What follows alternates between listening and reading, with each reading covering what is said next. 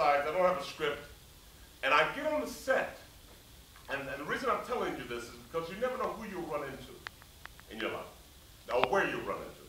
So be careful about what you do. Okay. So I'm in Vancouver, and it's this huge lot. It's a studio, but a huge lot, parking lot, and there's nobody there. And usually I try to be a gentleman. I don't try to do obscenities unnecessarily. You know, I don't try to hurt people's feelings. You know, if you mess with me, I'll mess with you. If you don't, keep it peaceful, okay? But I'm pissed. I'm really upset. So there's nobody there. Now, excuse me, I'm going to say a few words here, but I'm walking down the lot and I'm saying, does anyone know what the F I'm doing here? This is not like me. This is some devil that's getting inside of me that I have no idea. I've become the exorcist. I've become Linda Blair all of a sudden. What the hell am I doing? Does anybody know where? I don't have a script. I don't know what I'm doing. What the am I doing in Vancouver? I'm screaming this. Nobody's around, but I'm screaming this in this huge parking lot in this studio. Nobody knows. Nobody said anything. I keep walking. I'm still shouting obscenities. I'm still saying, and this is not like me. This is not me. This is, I don't know what it was. I think maybe I was possessed. I don't know. But anyway, I'm screaming this, and all of a sudden I hear somebody say, Big Kenny. So I'm thinking, what the hell knows me as Big Kenny? It's my first time in Vancouver. So I turn, and a gentleman walks towards me. You do nice shit.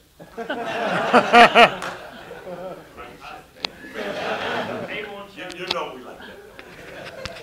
Okay, so this guy starts walking towards me and he says, gee, we're happy to get you here and glad to see you. And boy, you're looking well. And so we get this close and he said, yeah. I said, you don't know who I am, do you? I said, no, I don't. He said, well, you used to kick me out of the gym on 14th Street, 1st Avenue when I was a kid. You used to play basketball with my big brother, George. And you kicked me out of the gym all the time. And I said, what? And he said, yeah, I had my friend, he's a black guy that wore red tennis shoes. How you gonna forget a little black kid with red tennis shoes? I said, yeah, then it all comes back. I said, yeah, I know you guys. You used to throw you out every day. You know when the big guys come in, little guy, you guys go. You have to report, you guys have to go someplace somewhere else. So that's the routine, you know. So I remembered it. I said, yeah, I remember you. Yeah, sure, I come. He said, what are you doing here? And I said, I asked him what he does here. He said, it's my show. I said, really? You can give me a better room. And, but it was David Duchovny. So, I'm going to carry this a little bit further because I may have 2 more minutes, okay? Fifth Avenue. People have known Fifth Avenue in New York? Yeah. Okay. I'm walking down Fifth Avenue, and it's a beautiful summer day. Beautiful, just summer, people coming in. So I'm walking, and I see this guy. And there's hundreds of people coming this way. And I see this guy doing this. I said, oh, tourist. So I'm walking. As I get closer, I said, I know this guy. It was my grade school halfback on my football team from Indiana. So I said, what are you doing? Hey, how are you doing? So we went through, you know, that kind of thing. We talked a little bit. Jesse Elliott. About 6 months later, I'm playing basketball in a famous court in the village called on 6th Street and 2nd Avenue. You probably passed it by and saw a lot of guys out there playing. It's no longer than this platform, this full court thing, but a lot of famous basketball players played there, and I played there. I wasn't famous, but I played. And I'm playing, I hear somebody say, Kenotis! Now, Kenotis is my real name. My name is Kenotis Alvin Foree. My father's name is Kenotis, don't ask me. My uncle's name is Kenotis, don't ask me where it comes from. I don't know, the family doesn't know. So, it's just there. So, no one knows me as Kenotis, but people from Indiana. So I'm in New York, I said, turn, and it's my grade school quarterback who was second in charge of the Port Authority of New York at the time. So the whole gist of this story is, or these stories, you never know where you're going to find someone who's watching you, sees you, and we report to your mom and dad.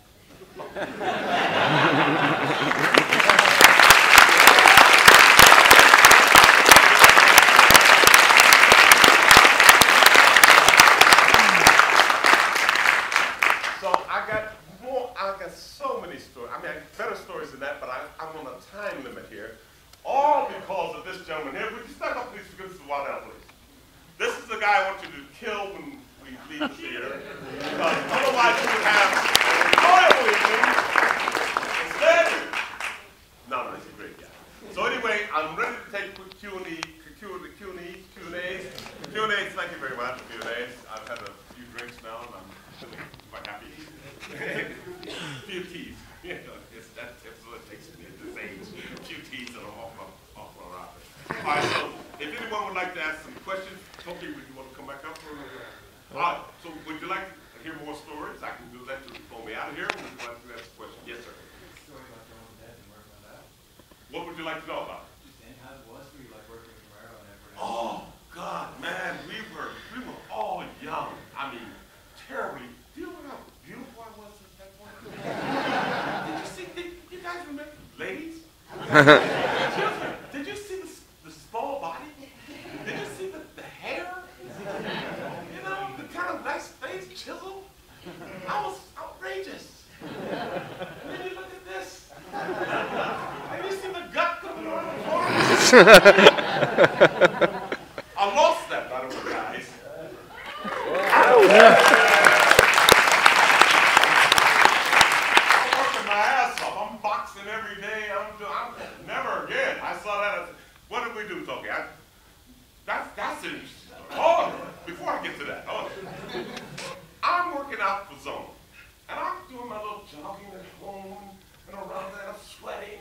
And I see a guy that I worked with in the film a year before that at a convention. And he comes up to me and said, Ken, I really didn't want to say anything, but hey, I hope you excuse this, but are you all right? So what do you mean I'm all right? I said, you look sick. There's something wrong? He thought I had cancer or something because I lost so much weight. So I said, this is working. So I'm working with this girl, and we're going over the script and reading lines and stuff like that. We did it for about a month. At the end of the month, she said, you're really looking good. Ken, you're really looking great. I said, boy, this is really, I'm ready for this film. I get to Serbia. I've lost weight in the shoulders, the butt, the legs, arms, neck, a little bit in the face. And I had this punch. And they put on this tight shirt, which you saw. And I said, give me a jacket, quick. I said, I'm in trouble here. And so that was just an interesting little side. You said about Dawn of the Dead. We were young. We were, you know, there was a scene in Dawn of the Dead where I leap and I fall on the ground, roll, come around, and bang, shoot someone. Right? I think it was Donna Shutsabini from there, but I shot one of the bikers or something like that. Well, that was concrete. That was marble, whatever. And I took a roll. It was like nothing. Let's do it again. Absolutely. They said that to me now. I'd say, get a stunt man in, or I'll leave the set immediately. So that was the difference. We were young. We were excited. I had just come off. I was doing off-Broadway. I did a feature for Universal before that, and then a episodic guest starring role, and that was it. Other than that, was all